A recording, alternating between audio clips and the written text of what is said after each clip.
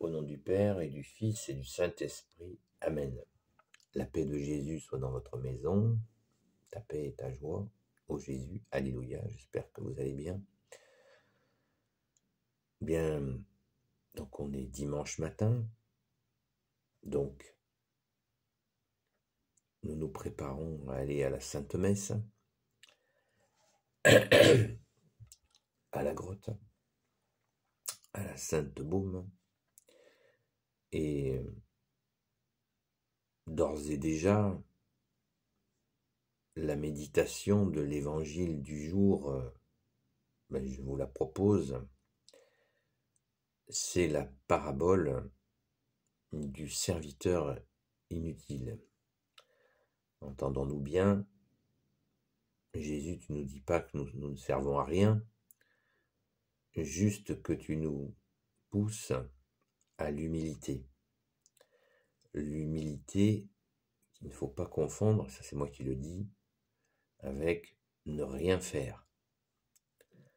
Car dans la société que nous traversons pour le moment, l'humilité est souvent confondue avec rien glander.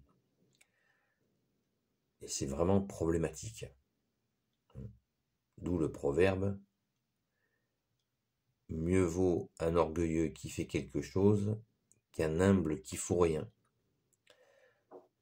Je reviens à la parole, je ne pense pas la quitter, car Jésus nous donne cet exemple du serviteur qui a fait tous les travaux des champs, et quand il rentre, son maître lui demande de le servir à table, alors que le gars il vient de faire tous les travaux des champs. Et le maître lui dit, voilà, sers-moi le repas et après tu mangeras ton tour. Et Jésus demande, tu nous demandes est-ce que ce maître va dire merci à ce serviteur qui a fait son travail? Donc, mais non, faisons tout ce que nous avons à faire, tout ce que nous pouvons faire pour toi, Jésus, notre seul maître, sans ménager notre fatigue, car c'est toi qui nous donnes la force d'être debout. Donc, on ne peut que rendre grâce. Et la seule chose que nous ayons à dire, eh bien, voilà, c'est la suggestion que tu nous fais, bien-aimé Jésus, tu nous dis de dire, je n'ai fait que mon devoir. Je suis un simple serviteur, je n'ai fait que mon devoir. Voilà la parole exacte.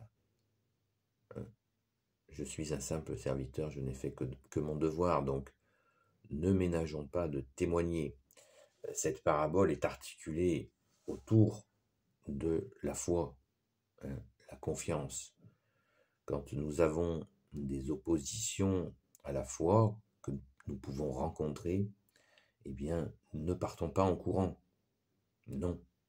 Au contraire, il faut faire face aux oppositions à la sainte foi catholique, apostolique, car Jésus nous donne le ressort, la force. Garde-moi, Jésus, ma force est en toi. Garde-moi, Jésus, mon bonheur c'est toi. Donc, humblement, bien sûr, avec humilité, mais je viens de le dire, l'humilité n'est pas la capitulation, l'humilité n'est pas la lâcheté, l'humilité n'est pas de s'inventer des raisons pour ne pas témoigner, l'humilité, c'est de dire et de refuser la confrontation, parce que de toute façon, quand nous annonçons Jésus, le Christ Jésus dans son Église catholique, apostolique, nous sommes dans la vérité. Ça fait friser et sauter au plafond certains, mais nous ne disons pas ça pour les provoquer, nous disons ça parce que c'est la vérité. Mais qu'est-ce que la vérité? Chacun a sa vérité. Ben non, ça c'est une foutaise, c'est une parole de foutaise. Il n'y a pas plusieurs vérités. Jésus est le chemin, la vérité et la vie. Et dans sa sainte Église catholique, apostolique, Donc, on ne le fait pas comprendre à coups de Bible, à coups de marteau, mais avec amour. L'amour que tu nous donnes, Jésus, eh bien, nous le retransmettons. Après, les gens l'accueillent ou pas, ce n'est plus notre affaire. Notre affaire est de servir, hein, de rester simple serviteur et de tout simplement apporter un témoignage et de toute façon, le maître que tu es Jésus, le seul enseignant que tu es Jésus, fera tout ce qui suivra. Mais nous ne nous échappons pas, ne nous esquivons pas de notre rôle. Jésus, tu as besoin de nous et quelle grâce, merci. Merci de cette grâce alors que nous ne le méritons pas, de pouvoir témoigner de toi qui es Dieu. Tu nous donnes cette force. Merci Jésus. Alors surtout, ne nous esquivons pas, même si l'ambiance, elle en prend un coup, c'est pas grave. Mieux vaut une ambiance qui prend un coup que être dans le fiel, dans quelque chose de fielleux qui est absolument insupportable. Vaut mieux casser un peu l'ambiance, sachant que nous ne le faisons pas dans l'intention de casser l'ambiance. Ce qui est mauvais, c'est de vouloir casser l'ambiance par intention de mettre le bazar. Non, nous mettons le sel. N'oublions pas la parabole du sel. Si vous ne restez pas salé, si le sel ne sèle plus, le sel est jeté sur le bord de la route et les gens le piétinent. Donc, ne soyons pas en reste. Témoignons, assumons notre rôle de simple, j'ai bien dit de simple serviteur. C'est pas moi qui le dis, c'est toi Jésus qui nous le dit. Et rappelons-nous que nous ne faisons que notre devoir, puisque nous avons été sauvés par toi Jésus. Alléluia.